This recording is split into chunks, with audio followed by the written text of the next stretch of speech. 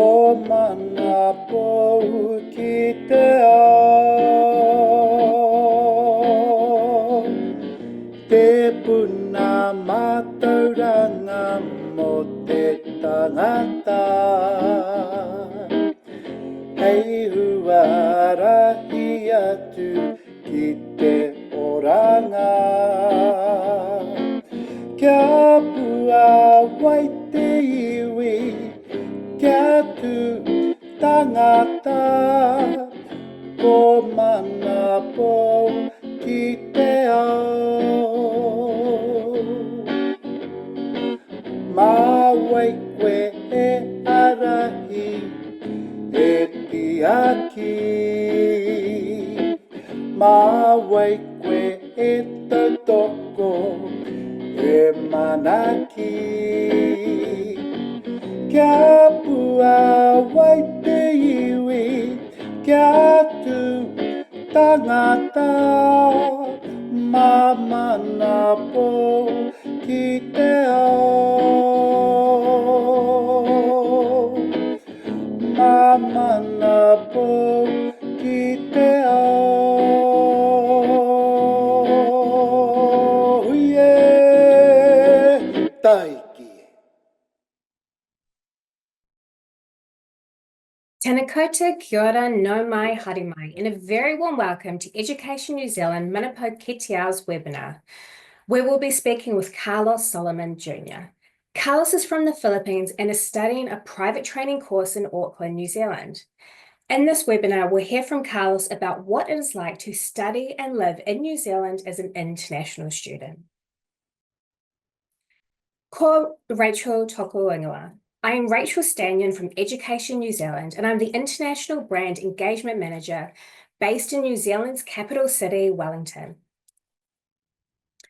A reminder that we are recording today's session, and a link to the recording will be shared with you following the event. This webinar is an opportunity for you to ask questions about studying and living in New Zealand. Please put all your questions in the Q&A below as soon as you think of them.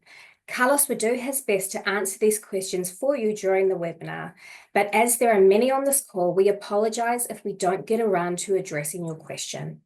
Please note, we will not be answering questions related to New Zealand immigration policies, so please do not ask Immigration New Zealand or visa-related questions in this session. At the end of the session, you have the opportunity to complete a short survey about how valuable you found today. Please join me in welcoming one of our other presenters, Nick Sinclair, who is ENZ's Global Brand Manager. Hello.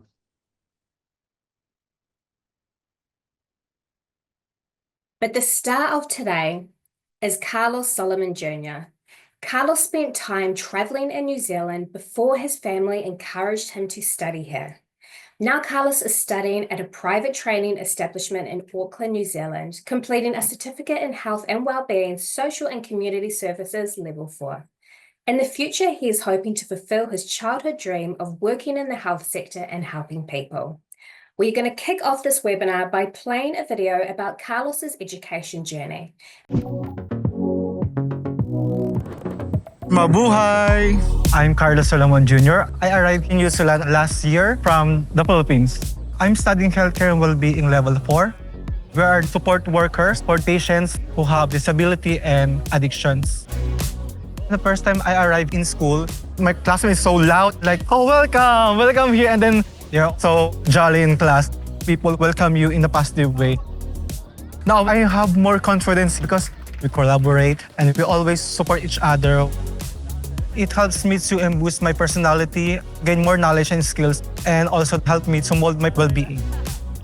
In the morning, when we're starting our class, we do the krakia, and then we study Maori cultures, some Pacifica. After that, we have group scenario. What we learn is what is the possible outcomes that we can apply when we're doing practicum or in the workplace. What you achieve is hands-on experience. My classmates here, it's like having new sister and brothers. There's a lot of nationalities in our class. So I feel enlightened because we learn from each other's background and culture. I'm the first one from my mother's side. going here in New Zealand. Yeah. So my mom and my father always proud of me. After I graduate, I will be a support worker. I want to be another helping hand for the aged care and the kids who have a disability. It's kind of near to my heart. My education here set me up to have a better future and to fulfill my dreams. Come to New Zealand and learn new every day.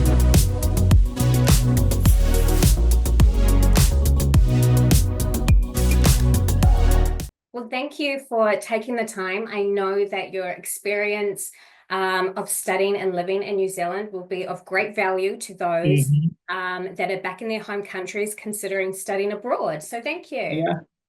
We have a question that's come through that says, what are the first few things to do as a student in New Zealand once you arrive to get adjusted to student life?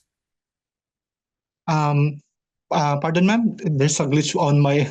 Oh, sorry about that. So what are the first few things to do as a student in New Zealand once you arrive to get adjusted to student life? So what did you do when you first arrived in New Zealand to get adjusted to being in New Zealand? The first thing that I did, I tried to collaborate with my classmates and then know each other and also their backgrounds, and then try to jive with some if we have some similarities when it comes to our culture and background too. And then that's the starting point. And then once we have the feeling that we jive together, and then it will get along more easier and talk to each other more easier. Oh, fantastic. Yeah. And how did you find public transportation in New Zealand? Did you find any deals? Yeah, when the first time I went here, and then I tried the transportation here. The first one is the bus. Oh, it's so amazing. And then also the bus is so clean and tidy. And then you're gonna use the hub card for you to get travel. And also that hub card can use also in trains and also in some boats in the viaduct. I tried the viaduct, and the train there is it's so amazing, and also it's so clean. And then it feels like you're in a movie, something like that feels. Yeah. Well, that's incredible. So you can use that card on boats, on buses, and Yes. trains, and anything like that. Is there a student discount for transportation? Yes, ma'am. There's I think 10% for 25 years old below, and then for the 25 years up, if you are still a student, I think something like around $6, 6% for the minimum fare. Oh, great. And if you can take yourself back to when you first arrived in New Zealand, how did you transition from, being in your home country to Yeah. stepping foot in a brand new country a new country? Because in the Philippines, when the culture there, you need to ride from some different public vehicles. That is it's too tiring, and you're gonna wait for a long hours. Unlike here, if you just when it comes to transportation, they will not wait for the whole bus to get full to go to get started. As long as there's the time specific time for the bus to get off, so it's easy for you, especially if you're running late or something like into a particular schedule, something like that. Okay, great. And did you find the transition from coming from the Philippines to the New Zealand culture a bit of a struggle, or did you find the transition quite easy? Oh, it's kind of part easy and hard, but in easy when it comes to socializing with other people, but it's kind of hard for me when it comes to the weather, because in the Philippines we only have two weather, the rainy and the summer, but here we have four, and then they're saying that four seasons in one day, so it's kind of cold. And then this my first time that I experienced snow and in Mount Rehapeho, and it's kind of I'm so happy because it fills my inner child's dream. Yeah. Oh, lovely. And what tips would you tell your past self before starting the study program that you did? Pardon, ma'am? So if you could give yourself any tips to your young self Mm. about the course that you did, is there any tips that you would give or give the audience about studying Um, healthcare? First thing, you need to widen your vocabulary when it comes to studying here because on my experience, in the Philippines, we have some multiple choice and then fill in the blanks when it comes to test. But here, it's all about how do you explain and then how you uh, use your vocabulary to explain the scenarios and how to apply it also when it comes to practicum. And also, you need to have open-minded when it comes to accepting another cultures and another backgrounds because here we studied Maori cultures and Pacifica cultures. Oh, fantastic. Just to note, Carlos, that each question that comes in is from a separate person. So it's Oh not yeah, like a follow-on question. Yeah. yeah. And someone is really interested to know how long your course for healthcare and wellbeing certificate for took. Oh yeah, it lasts around 9 months. I started last September and then I ended up something like around July. And then it has 9 months, and then yeah, that's it. Fantastic. And how can we apply to study in New Zealand? Like, what steps did you take to study in New Zealand? At first, we went to NZMA CBD. We asked if there's when is the enrollment, and then uh, the time that we knew the enrollment was already closed. That's why I went to another option, which is Manukau, and then we asked for the receptionist and also the manager when is the next enrollment for us to comply and to enroll, ma'am. Oh, that's great. So you had a lot of support of how to apply, which is really good. Mm, mm, mm. And would it be better for us to visit the potential education institution before deciding on which one to apply to? If yes, Yes, ma'am. oh, sorry. Yes, ma'am. Go on. Yeah, sorry. Yes, ma'am. For future New Zealand students, it's really important for you to know which institute that you want that also fit your personality and also your plans and your goals, so that it will not be mislead or something like um, you have a better options on what kind of goals you are into and what kind of strands are you into because in my experience on my course we have two strands in my course, which is the community support work and the mental health one. Amazing. And did you do a bit of Google research to kind of understand a bit more about the different institutions and try to help make your decision a bit easier? Yes, ma'am. Me and my auntie and my mom, we searched for a Google person, which institution is kind of near to my location. That's the first one, and then second, if the institution enrollment is kind of near for my schedule, and then next also is the tuition, of course. Mm. Great. And when is a good time to actually apply for the course?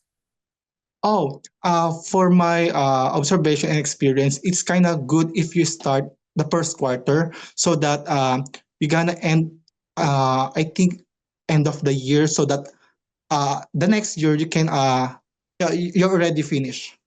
Oh, fantastic. So roughly Mm. from kind of the start to the end of the process, it took you roughly a year to Yeah, yes, ma'am. apply. Fantastic. And did you apply for student visa enrollment in your course whilst onshore in New Zealand? Yes, ma'am. Because the first time I arrived here in New Zealand, me and my mom was a visitor visa. And Mm-hmm. then on my third month that I'm visiting, my family decided for me to, oh, Carlos, we decided for you to enroll and to enroll here. And I said, okay, I accept it because I want to fulfill also my inner child's dream is to become in a healthcare sector, ma'am. Oh, lovely. And do you feel like your education in New Zealand has given you that opportunity to fulfill your dream? Yes, ma'am. It's when it comes to if I rate it 10 out of 10 because if you're on my experience if I studied here in New Zealand, you have the edge to when you're applying or something like in another field because you already gained the certificate and then the skills and then the knowledge here in New Zealand. So uh, you will be more competent. Sorry. Right. And are there any specific social customs or practices in New Zealand that international students should be mindful of to ensure that they are respectful and that they will integrate easily into the New Zealand culture? For my own understanding, it's all about how do you deal with other culture and the respect. There should be the respect because as long as you know how to respect not only the culture but also the person itself. If you respect that person, you also respect their culture. So if to our future New Zealand students, get along with them and also don't forget to respect them and also be mindful on the words or something like that can affect your personality and their personality. Amazing. And can you tell me the types of skills that you learnt in your course? Oh, the first thing that I learned is when I do the practicum, the OJT on the job training, know how to use the hoist, standing hoist, and then full body hoist. That's for those people who have disability. For those standing hoist, for those people who can able to stand and to uh, travel to the comfort room or something like in other area, and then the full body hoist for those people who have a spinal injuries, and then also using some equipment that can be used inside the facility or in the house care. Amazing. So really hands-on learning that you Yes, received. very, very hands-on. Oh, fantastic. And how study in New Zealand, I mean, has it changed your personality or do you feel still the same person from the Philippines? I can say that I'm a better version of myself now because I gain more patience and also I gain more strength and then also being independent and also to have again more knowledge that is widened. Unlike before that my mindset is only for this one. And Mhm. then when I came here, it's kind of broad and it's kind of helped me to boost my personality too. Oh, fantastic. So you've got the confidence as well through. Yes, Yeah, ma'am. great. And someone would like to know, do you need to have a background in health care to qualify for admission for the program that you studied in? Yes, ma'am. Not that particularly you need to have a background because some of my classmates, they are moms, they are dads. When they are taking some of their children, it also additional experience if you have in this field taking care of people who have disability and also some um, um, old age or something like that. And if you have a background and experience in the Philippines in the same field, it's kind of additional aspect or something like that. But it's not that totally that you need to have a background on that particular side. But if you have, it's more better. And yeah. Fantastic. And a question's come through asking if there are any support services for international students. Oh, for in the mm, on my campus, we always have the support when it comes to you need some assistance for, I think this one is for the immigration, something like you need to have a background when it comes to applying for a student visa, something like that. My campus have that, so it's quite good and easy for the international students assistance. Oh, great. And is New Zealand training or New Zealand education, is it different from education or training in the Philippines? And if it is, could you provide some examples of how it is different? Oh, yeah, it's quite different because in the Philippines we only have the lectures, only the lectures once, and then the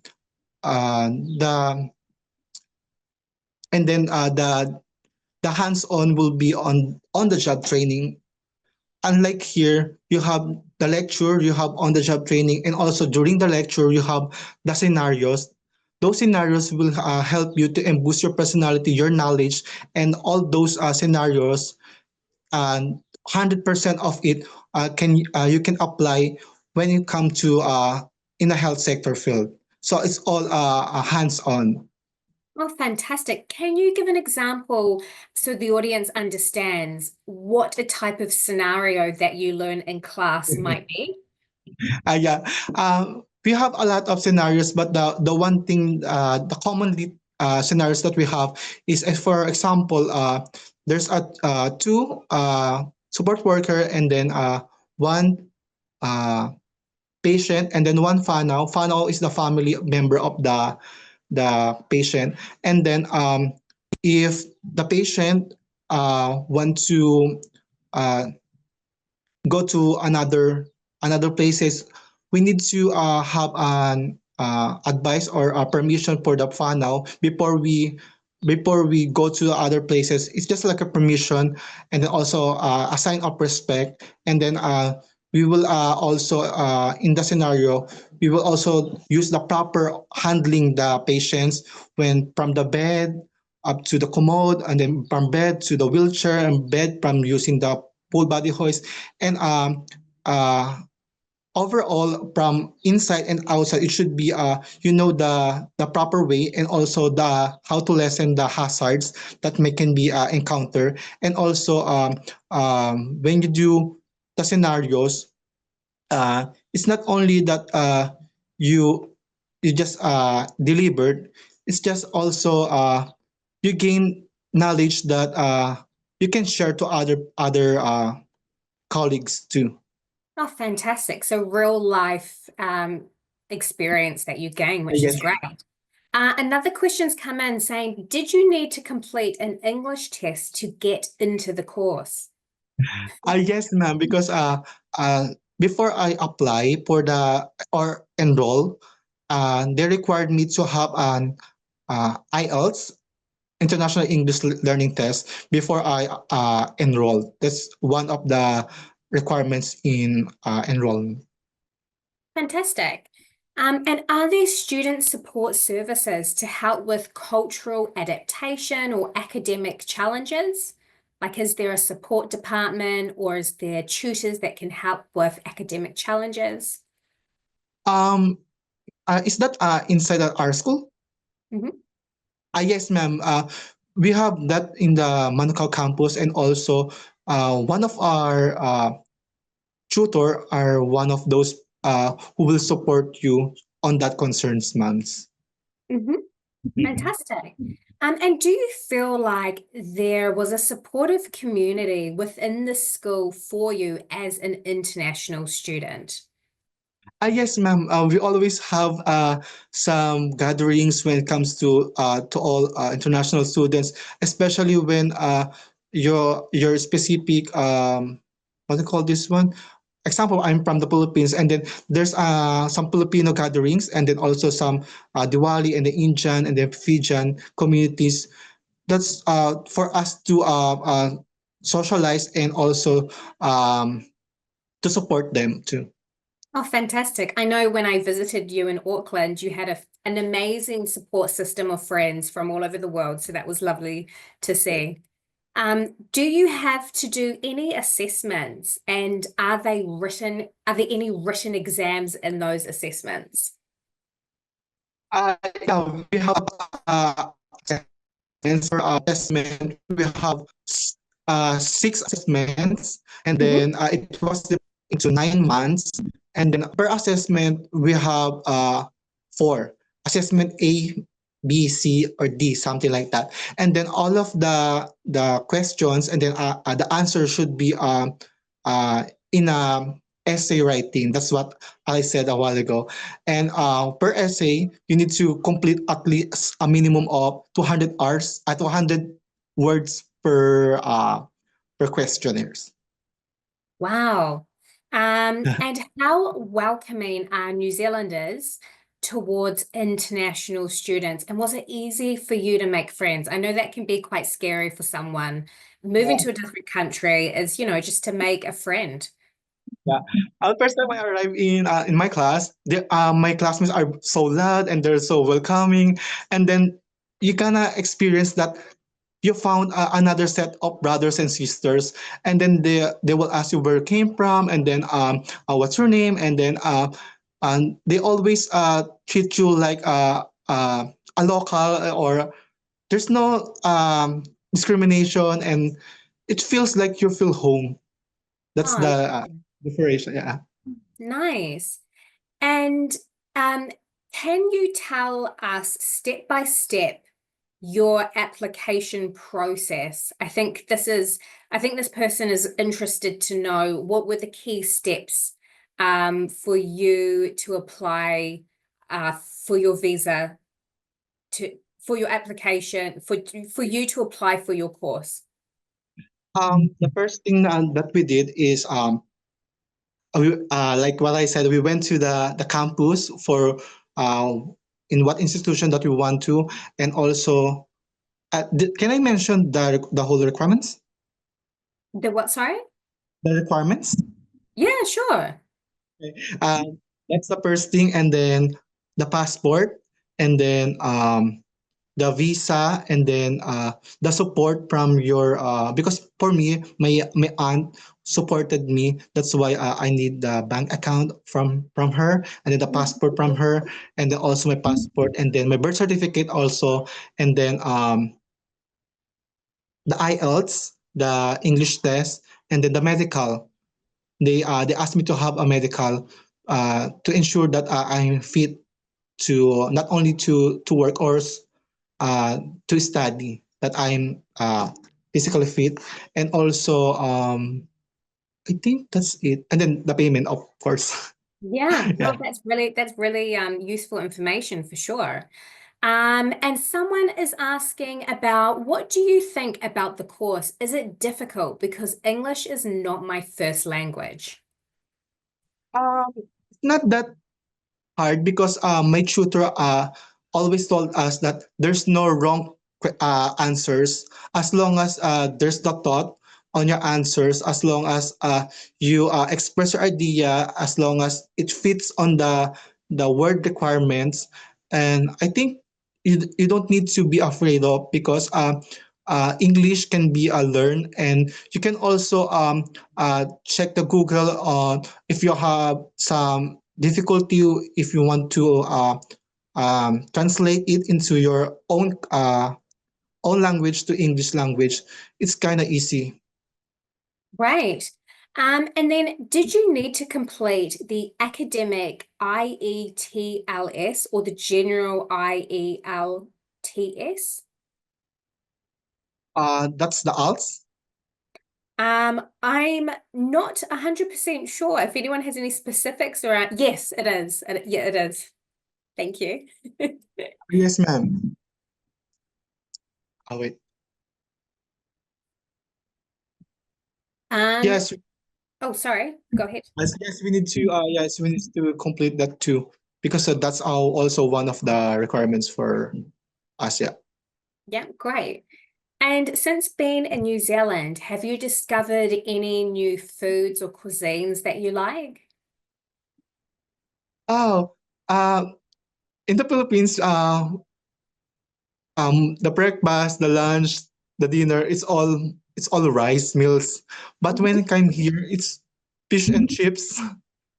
It's kind of new for me, and also I experienced and then taste some Fijian and the Indian and also Japanese, and there's a lot, I think, because we went to a buffet one, and then I experienced a lot of cuisine there, and it feels like some of their delicacy have some similarities from ours too. Amazing. And what types of hobbies or interests do you like doing outside of school? Um, uh, my campus is near to the mall, so every time we don't have class or we finish our class, we always went to the time zone or the arcade, and we used to do the bowling and then also karaoke, because karaoke is life for the Philippines people, so it's kind of good. And then also we experienced do hiking here. Oh, amazing. Did you go to any incredible hiking spots around New Zealand? We tried only twice. It's not that tall. The One Tree Hill and also the Mount Ruapehu, the one that I experienced, the snow one. Yeah. So it's kind of, I'm so happy to experience that one, especially the Oh, Mount Ruapehu, the snow one. oh, lovely. And when you are studying at course, is your home close? Do you have to travel far to get to your course? Yeah, I'm currently living in Theater 2, Henderson, and then I supposed to be enrolled in a CBD. It's kind of central here, but unfortunately it was closed, so I was transferred in Manukau. So my location is from the west, and then my school is from east north. So my class started at 8:30, so I need to leave my house around 6 because my travel time is 2 hours. But if those people who want to enroll here, there's more nearby that you can apply. Not because I said that I study in Manukau, you should study in Manukau. No, there's a lot of institution that is near to your house if you want to. Fantastic. And to the audience, we've got a couple more minutes left, so please get any last questions in for Carlos. And Carlos, why don't you give the audience a bit of an explanation? So you're based in Auckland. What is it like living in Auckland? Living in Auckland is quite like you're living in um, New York feels something like that. Because especially in Auckland CBD, it feels like a New York feels because it is a district. And then in Auckland, it's quite similar on my place in the Philippines because I also live in a metro, which is a central district too, in Mandaluyong, Philippines. And then I'm living here in Henderson. It's quite near also to the business district. So it's kind of similar, but the weather is not similar because even though it's afternoon, but when you go outside, it's kind of cold. That's why I need to wear a jacket every time and pants. Oh, lovely. And I think that is all the questions. So I might conclude our presentation just to say thank you to all of our presenters today, especially Carlos, whose experience about study and lifestyle in New Zealand has no doubt been of great value to you all. I always learn something new, and I hope you did too. And to our attendees, tēnā koutou katoa. Thank you all for taking the time to join us here today, and we hope you enjoyed the presentation. Nick, if you could please share the screen.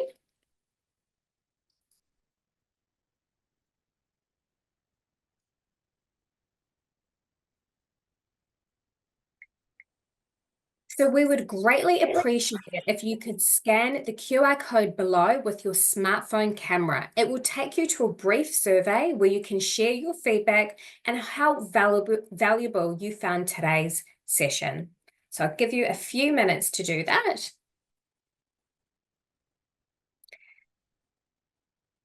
And please visit studywithnewzealand.gov.nz for more information about education, lifestyle, and culture in New Zealand. On behalf of Education New Zealand, Manapo Ketiao, goodbye for now and thank you for attending.